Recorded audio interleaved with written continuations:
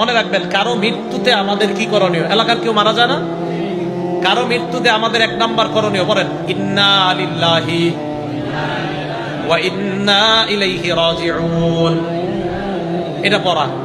2 number করণীয়, বুখারী শরীফের 1284 number হাদিস থেকে একটা দোয়া শিখাবো, আজকে থেকে এটা পড়বেন।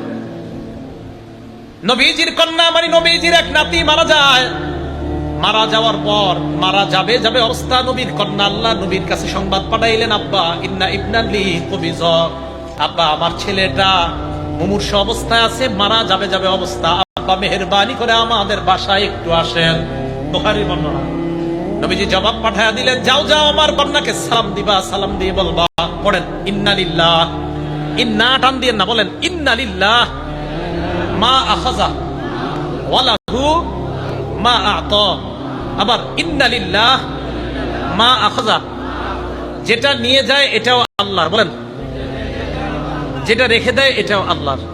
তাহলে কেউ মারা গেলে 1 নাম্বার আমরা ইন্না লিল্লাহি ওয়া ইন্না ইলাইহি রাজিউন পড়া। 2 নাম্বার, কেউ মারা গেলে আমরা বলা ইন্না লিল্লাহি মা আখাযা ওয়া লাহু মা আ'তা ওয়া কুল্লু শাইইন ইনদাহু বিআজালিন মুসাম্মা, যদি পারেন আর কি এটা পড়া।